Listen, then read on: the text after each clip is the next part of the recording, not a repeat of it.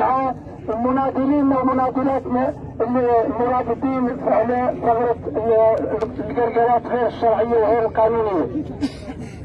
اليوم الاحتلال المغربي يوجد للتصعيد، يوجد للمواجهة. اليوم الاحتلال المغربي يوجد جنوده، ولكن يوجد كذلك مرتزقته، ويوجد كذلك عملاؤه، ويوجد كذلك المستوطنين والعاملين في المناطق المحتلة. يدور كيف عدل من مسيرة تغطية للغزو العسكري، يدور عدل من بلطجة اللي حتى هو تغطية للاتفاق على منطقة القرقرات تعدال ربط على منطقة القرقرات وعلى ذيك المنطقة. وهذا معناه إعلان استئناف الحرب، معناه استئناف المواجهة العسكرية، وهذا معناه على أن الصحراويين والصحراويات لازم يعودوا ماشيين هذا التحدي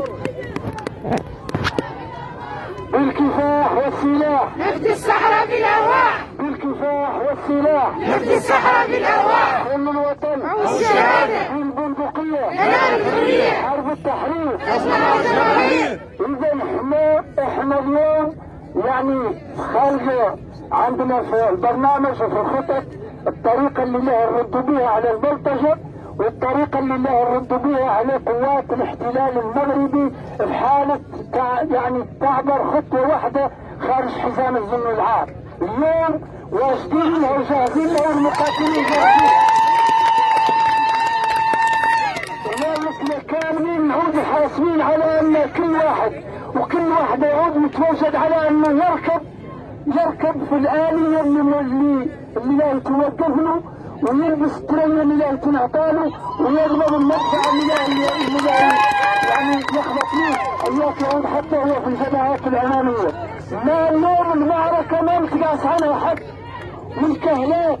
الكهلات والكيول الصحراويين خلال هذه الفترة اللي معادها تقريبا شهر ونصف كاملين يأكدوا على انهم ما هم عايشين ولا هم متقاعسين ولا افكار من النضال والكفاح، ولا هم يتقاعسوا عن التضحية والكفاح، واللي من الله لا يرفض مدفع ولا لا يرفض مدفع قاعد ينفض قنبله اياك يرمي بيها ولا يرمي براسه الين يزق اللعبة خسائر فادحة وارواح المعدة. اذا ندانا هون احنا ندانا في المؤسسات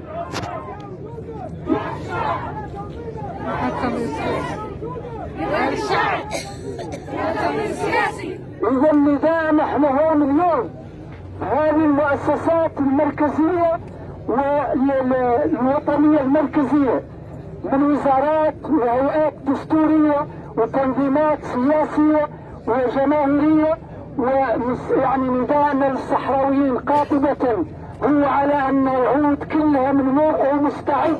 اللي في الخارج يعود مستعد يزود للطريقة اللي منين قال له تعالى يجي، واللي في المناطق المحتلة يعود مستعد على انه يرفع التحدي من غير، واللي في الجالية يعود مستعد على انه يلتحق بالصفوف الامامية، واللي في مخيمات العزة والكرامة يتصل مع الخيام ويوقف في المؤسسات وفي الخطوط الامامية ويلتحق بالتنظيم، ولكن قال التنظيم يعود مستعد له.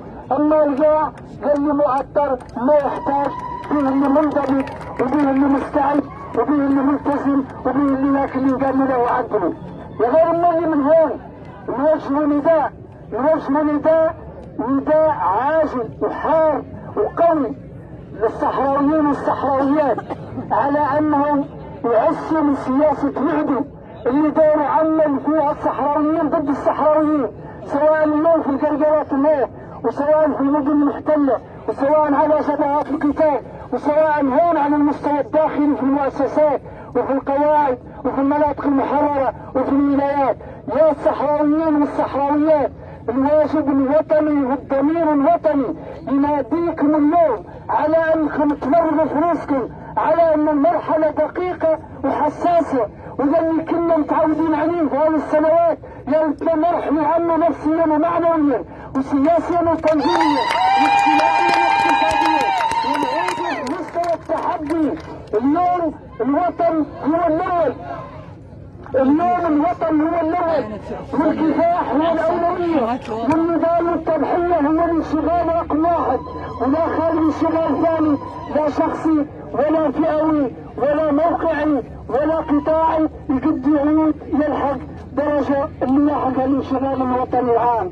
إذا احنا هذه الوقفة يعني هذه هي الرسالة اللي نختار نأكد من شعبنا والمقاتلين والجيش والمناضلين، ونختار نبلغوها مع الترحم لشهدائنا الابرار الخالدين اللي اعطوا ارواحهم من اجل ان هذه المسيره ما توقف، وعلينا احنا على ذيك المسيره ما توقف، لكن هذا حقيقه وفياء عهد الشهداء. احنا ما نخون الشهداء، احنا ما نخون الوطن، احنا ما نخون الشعب، احنا ما نخون الجماهير، احنا ما نخون المناضلين، ما نخون المناضلات.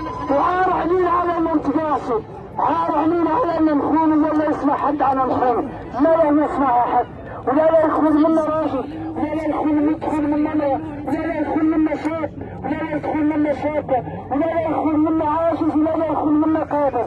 كلنا لا ينخرط هذه المعركه المسيريه اللي عاد لنا زمن طويل مردودين عنها، عاد لنا 30 عام مردودين عنها. بينا اللي ملتزمين بالسلام ومستعدين للسلام، لغير السلام الحقيقي والفعلي واللي تيجي والله نجيبوه، يجي السلام والله نجيبوه، ونجيبوه بالتضحيات، ونجيبوه بالكفاح، ونجيبوه بالميزان، ونجيبوه بالقتال، وما خلي حد.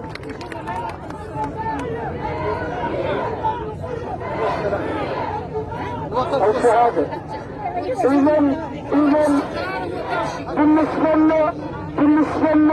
بالنسبة لنا السلام هو التحرير، السلام هو السيادة، السلام هو الحرية، السلام هو الاستقلال، سلام